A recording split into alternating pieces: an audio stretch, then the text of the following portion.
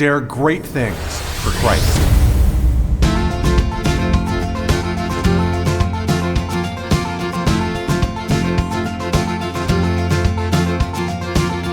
Christ calls us to dare great things.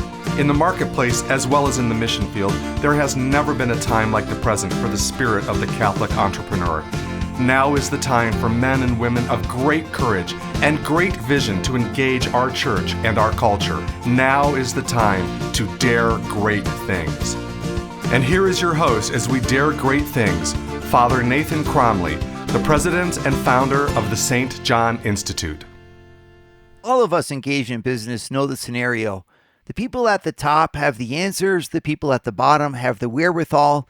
The people at the top become frustrated that the people at the bottom don't execute. And the people at the bottom become frustrated because the people at the top don't listen. How do we reverse this paradigm?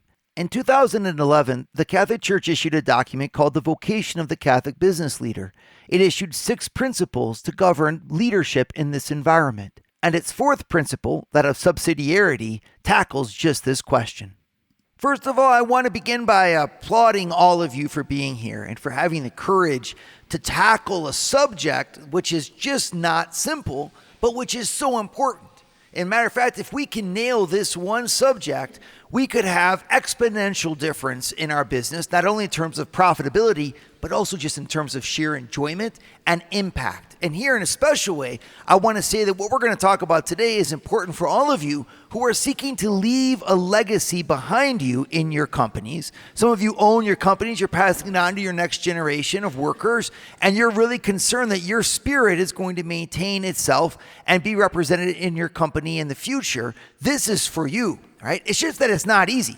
Because in the same hand, what we're talking about here is finding a balance that integrates things that otherwise we're really easily able to diagnose and divide. Almost like, say, these are opposites. And our role is to take 2 things that are opposite and to find a way forward that combines them, right? And so many people get tired by that. And they say, Father, there's no way to do that. And I want to laugh and say, this is why Christ is calling you to believe in him and have faith. The number of people engaged in excellent ways in our economy who find faith boring or don't even really see the utility for faith beyond some sort of like feeling good in case of trouble is enormous. And I like to say the reason is because they don't try to apply their faith effectively to the society in which they live. Well, you are business leaders at the St. John Leadership Network here. We're here to teach you how to do just that. I want to help you who are believers to make a difference there where you exert your influence, there where you're called to lead. Well, now you're going to have it's going to be really hard because you say like, how do I do that? And then how do I do that in a way that's really Catholic? How do I do that in a way that's faithful to Christ? I say, welcome to the realism of what it means to try to become a saint. You don't become a saint by reading books and by spending all of your time doing things that monks do when you're not called to be a monk, right? So if you're called to be a business leader, you need to become a saint while you're running your business, while you're managing your people, while you're working in your profession. And that is our real challenge. Well, in 2011, the Vatican issued this document. It gave 6 principles that are there to guide you in your efforts, to really help you to say, follow these principles anyway, and you'll be halfway there at least, you know. And the 4th of these principles is a really good one. So the Vatican organized them according to 3 subjects to say you have to do good goods, right? So make things that are good, run your business. You have to have good workers, right? So take care of your workers. And then good wealth. In other words, manage your profit and your wealth in a way that's in conformity with the gospel, right? Well, in the 4th of these principles, which is in the 2nd section there of good workers, the principle is that they call subsidiarity, right? So this is a big word. It doesn't mean a lot to us, but it's a very important word in academia and a very important word in Catholic tradition. I want to try to break it down to apply it to you. What subsidiarity basically means is that the work done at a lower level or a level that's closer to the actual work being done should be respected and enhanced and not usurped by upper levels. So if you think about this, usually it's done in terms of the state. Like when it comes to education, this is why the Catholic Church says education is a right for every family to decide, and schools are only there to assist the parent in their responsibility to educate their children. So obviously we send them to schools, or we choose to homeschool them and that right to make that decision is left up to the parents. Why? Because the parents are the ones with the responsibility. You should empower the people with responsibility to be and to apply that responsibility in as close a level to the effect rendered as you possibly can. Empowering your people, in other words, to make decisions on the ground. Right? The military tries to do this in battle for its success. And businesses need to try to do the same thing, not only because it's profitable, which because it is, but also because it's what makes workers work the best that they can. It's a fundamental question that we struggle with. And as your company gets older, we have a lot of these issues that come up. How is it that I can pass on everything that I know? 46 years of running this company, who's going to be my successor? And you look around you yourself and you say, I got to think of a succession plan, right? Well, if I got to think of a succession plan at my level, I got to think of a succession plan at every level. Who's going to replace my managers? Who's going to know the knowledge that they know in the productive aspects of their different lines that they're producing? And to do that, I think about this going right down, succession planning involves trying to find not just people who know things, but people who can do them the same or better than the people that you currently have. And it's a huge challenge that a lot of entrepreneurs don't think about. A lot of small business owners don't think about, because every day we're just trying to make enough money to stay alive, basically. And so we do all kinds of things and we get good at doing them. But if we don't pass that knowledge on, it's going to die with us. And the business might just die with us as well. Well, so how do I do that? That's subsidiarity. And the more that I can think of inculcating systems in place that actually do that, the more that I'm not only effective in my workplace in terms of profitability, but also that I create this attitude where everybody owns the business and they feel responsible for what they do. It's a really important moment for a business when they make that decision to lead leaders and to raise up not just employees, but to raise up people who feel like they own the business and are a part of it. Do you see how I use the word to feel? Right? That's makes it it's a challenging thing, but that's why you're here. This is why you need God, right? It is a challenge. It's much easier on one level to just do it all yourself, to keep on doing it, but you're going to limit the growth of your business, the productivity of the business, and in the end, do you really think Jesus is just calling you in to do this thing and to have people work for you so that you can make money for a while and then retire? If you do, not only are you boring, but you're also wrong. I mean, in fact, you have a purpose that transcends your business. Your business is given to you as an opportunity for you to glorify God, but it's also a place for you to make this world better. And the responsibility that comes with owning or running a business or being responsible for an effect over a team is the responsibility of enabling and ennobling everyone who works there for you so that they actually live better lives and can not only enjoy their time, but become better people through it. And that requires this thing we call subsidiarity. So let's take a look at it. Does your family matter? Join the St. John Leadership Network and receive a family mission infographic that will help you focus on your family. To learn more, go to www.stjohnleadershipnetwork.org/member and join for free today. So I want to talk to you about subsidiarity, and we're studying here how we can apply this principle there in our places of work. So what is it? Well, in paragraph 50 of the Vocation of the Catholic Business Leader that we find the Vatican issuing in 2011, this is what they write. They say, the principle of subsidiarity recognizes that in human societies, smaller communities exist within larger ones. For example, a family, itself a small community, is part of a village or a city, which is in turn a part of a country, a state, or province, and then a nation. The principle insists that the gifts and freedom of those closest to the effects to be felt should not be arbitrarily disregarded. Right? So that the gifts and freedom of those who are closest to the effects to be felt should not be disregarded. Right? It's more than that. It's actually that those same gifts and freedom of those who are closest to the effects be enhanced and be supported by the larger communities. So it's a vision, in other words, of servant leadership. And this document actually says at the very end, it says, working under the principle of subsidiarity calls for restraint and a humble acceptance of the role of a servant leader.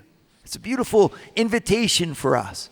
In other words, a lot of us think about business as being a kind of pyramid, right? You got those on the bottom, which is the broadest numbers, and then management, and then upper management, then senior management, and then, of course, your leadership circle or your president, your CEO, and then the board, right? And they form like, as you go up the ladder, you become fewer in number, and yet you become more and more important. It takes the shape of a pyramid, right? Well, servant leadership is to flip that paradigm literally upside down and to say that the most important people in the organization are the ones that are actually doing the work closest to the effects. They're the people who are served by management, who are served by upper management, who are then served by senior management, who are all served by the CEO.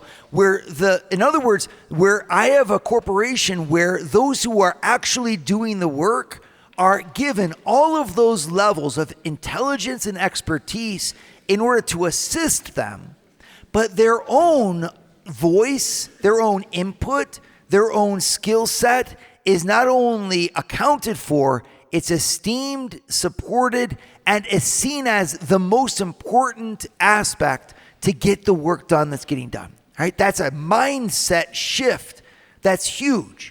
But it's a very important one because it's the one that Jesus himself espoused, right? He looked at the 12 and then he washed their feet. And he said, I who am your Lord and Master, if I wash your feet, then you also should wash one another's feet. Another point he said, the one who is greatest among you will be the one who serves the rest.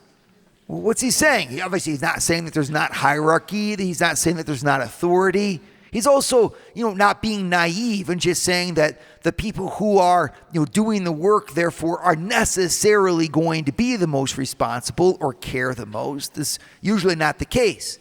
But it's saying that that's the goal. To vision authority in the workplace as an act of service that to enable and ennoble those who work for you as if, in fact, you worked for them. And this document underscores it's going to take a lot of restraint, right? I think the word restraint actually is better translated as listening, right? To keep your mouth shut and to trust and to listen and to elicit the opinions of those who work for you, to listen to them, to incorporate. It takes a lot of humility, in other words. But this humility, if it's done correctly, actually makes them more responsible. And that's the target. The role of a Christian business leader, in other words, is not to have slaves, engaged in our different labors for us at different levels, or to make people feel that way, as if they were inconsequential in the work. No, the principle of subsidiarity is to say that my role as a manager and as a leader is to actually make sure that you can do your trade's work, your implementation, your physical manipulation with the data, whatever it is, and to do it the best that you can. So what's necessary for that? How do we do that? Well, the Vatican gives 3 wonderful little principles. Number 1, it says, it's paragraph 52.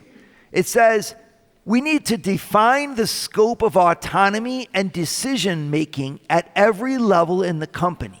The business leader should allow these to be as significant as possible, but set clear limits so that decision rights do not exceed a person or group's access to the information required to make the decision, and so that their decisions do not have consequences beyond the realm of responsibility. right? So the very first thing that we have to do, in other words, in our company is organize it, right? Surprise, surprise, right?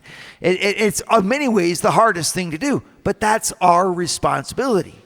It's in other words, but when you organize it in order to give responsibility to the groups that you organize. Right? And to do that correctly, the Vatican is saying, be very careful that you don't say you need to make decisions without information, or that the decisions that you make will go beyond what you're responsible for. Right? So you have to stay in your lane, and your lane entails this amount of information, but the key is not the information, the key is the responsibility. When I organize a structure, in other words, if everything flows up to the top and everything flows from the top, it will be weak, much weaker than if the buck stop here attitude actually stopped a lot lower than the president's desk. You know what I'm referring to, right? Dwight Eisenhower had that on his desk. The buck stops here, right? And so that was really great. But he was the president of the entire organization called the United States government. It'd be a lot better if the buck stopped at one level, up instead of at the 20th level up, right? Wouldn't that be neat? It'd be more than neat. It'd be Christian, because my workers would feel empowered to make the decisions that they need to make. So obviously there's checks and balances here, and there's scope, and there's competing interests, and those things aren't really accounted for in this document. You can tell this was not written for the application phase, but the principle remains the same. To the degree that I can, I need to empower my local teams with the ability to not only make decisions, but to be responsible for their outcomes. And then I have to, of course, manage that process and make sure that mistakes aren't made, et cetera, or that they're minimalized. But it would be a bigger mistake to just have an army of 1,000 people who somehow or other don't take any sense of real responsibility or collaboration in the workplace. And the financial bottom line will suffer from it as much as the work culture. Would you like your business to become a virtuous workplace? Would you like Father Nathan to come to an event in your town? Visit www.stjohnleadershipnetwork.org/our-events and join for free today. So what difference does it really make if a Catholic is running a job, or a Christian, right, is running a job, a Christian of any of the denominations? What difference does it make for us to be in charge? Well, you should be able to tell the difference by the way that we organize a company. According to the Vatican's document 2011, Vocation of the Catholic Business Leader, there are 3 different things that mark what it means to run a Christian company with the principle of subsidiarity. Right? So investing, in other words, in this concept that the lower that you go is actually the higher that you go. The people who are closest to producing the work need to be valued and listened to and served by the rest of the organization. And what a difference this makes. And so, yeah, we can allow people to run companies however they want, and God bless everybody. But in the end, we who are Christians, we need to be helping our workers to become better workers. Where do we see the dividends in this? Of course, bottom line. But number 2, a workplace culture where people want to come to work. No one wants to come to work to feel disempowered, right? No one wants to come to work to say that they actually have no say in what happens. People want to work in a workplace where they get to deploy their creative energies and demonstrate their intelligence, their talents, to show where these, and of course the products being made would benefit also most of the time from their wherewithal. It's not an ideal, it's not a naivety to say that this always works in practicality. It's a goal to be looked towards. And so the document gives 3 different applications for subsidiarity. And the very first says, look, your job as a business leader is to organize things so that subsidiarity can actually take effect. And so first thing you need to do is create a place where the responsibility is given to those who are closest to the effect to be rendered. So it makes a lot of sense in a big environment, right? By departments, and then your departments by your teams based on projects, and to really make those teams responsible for their effects, right? So that sounds neat, but you can apply this also in different areas, even in very small environments. The idea is just really simple. The ones actually doing it need to be listened to and supported by the rest. Kind of makes sense, right? Second part of the application here of the principle of subsidiarity that we have to do as the leaders of the organization is to provide employees the needed tools and training and to ensure that they have the knowledge and skills to carry out their tasks, right? So this is said earlier in the document as saying that the right people need to be in the right position, right? And we know this can be hard because it's one of the hardest things to get your people right and understand that. And there's a lot of empathy and work to be done, including with our HR teams, to help identify where a person's strengths lie and to be sure that they don't exceed on the one hand. This is where the naivety of an application based upon pure charity can actually be the undermining of the entire endeavor.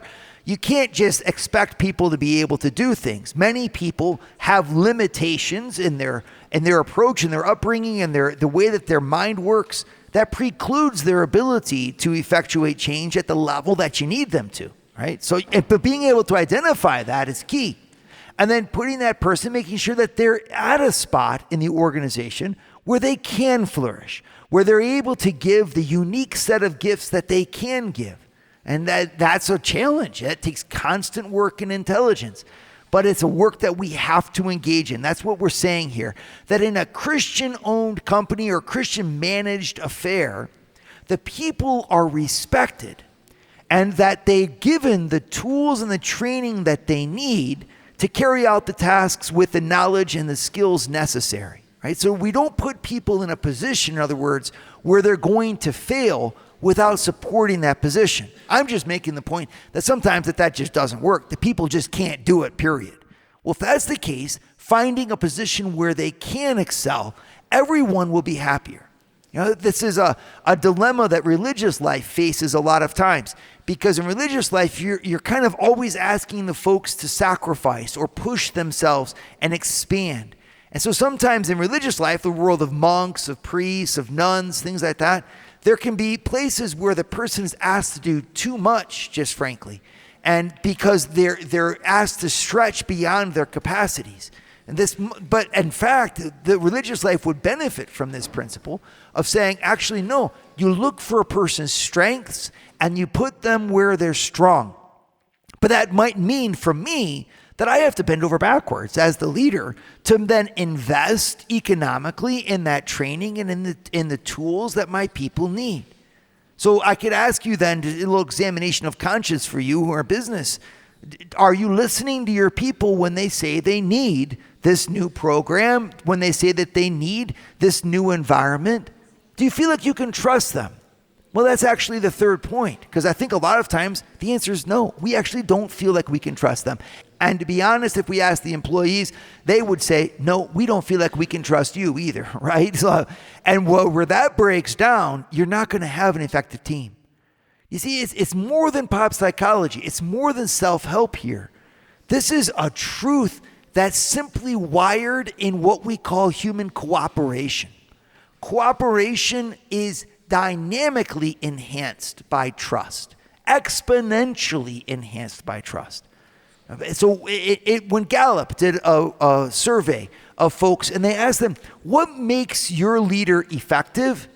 They came up with 4 qualities of an effective leader. This was a Gallup poll that was done years ago. But the first quality was vision, right? That my leader has a vision. But the second and third qualities are, number 2, can my leader be trusted by me? And number 3, does my leader trust me? It was only the fourth was passion. So 2 of the 4 qualities were kind of the greatness of the individual leader. He has a vision and he has passion. Okay, wonderful. We're so happy for you, right? But that's only half of leadership. The other half of leadership was whether or not I could trust that person and whether or not I felt like that person trusted me. Right? And so we read from the Vatican here, it's actually prescient. The Vatican says, to establish a corporate culture of trust is necessary so that those to whom tasks and responsibilities have been given will make their decisions with genuine freedom. The company informed by subsidiarity nurtures mutual respect and shared responsibility among all personnel. It allows employees to clearly appreciate the link between good results and their sincere engagement. All right, so not only does it talk about trust in a general sense, it gives you some actual concrete things. Number one, to nurture mutual respect and shared responsibility. Right? That goes back to that first idea. Do I actually empower my people, not just delegating by saying, I'm going to give you authority right now to make a decision, but I can take it back from any time, but actually making them responsible by saying, hey, I'm going to stick with you through this. We need you to succeed here. So of course, that requires a certain type of person, that requires an excellent, but when you have those people, you need to invest in them. When you have people that are capable of leading, you need to let them lead, right? And that means letting go a little bit, right? But that also will nurture a respect for them, which will actually gain you respect back in the right environment. But if you've got a good person, they'll respect you for respecting them. And that shared responsibility empowers everyone beneath you to actually own the company with you. And isn't that what we're all looking for? Second aspect that it talks about here is it says that it allows employees to clearly appreciate the link between good results and sincere engagement. In other words, there's a type of incentivization and reward here to say that your good work and your sincere engagement actually yields good results for the company. This is the type of investment in our people that we need to give. My question for you as we close here is, if Jesus was managing you, how would you want Jesus to manage you? Right? Wouldn't you want him to believe in you, to trust you, to encourage you like a father? Wouldn't you want to see him build you up so that you could even move into greater engagement? Yes, you would. Well, that's the same vision that the church is saying we should have as leaders for our people. Dare great things for Christ. Share your feedback with Father Nathan. Send us an email at info@stjohninstitute.org. That's info@stjohninstitute.org. And don't forget to subscribe to premium video content to form, unite, and inspire you at Eagle Eye Pro on our website, eagleeyeministries.org. That's eagleeyeministries.org.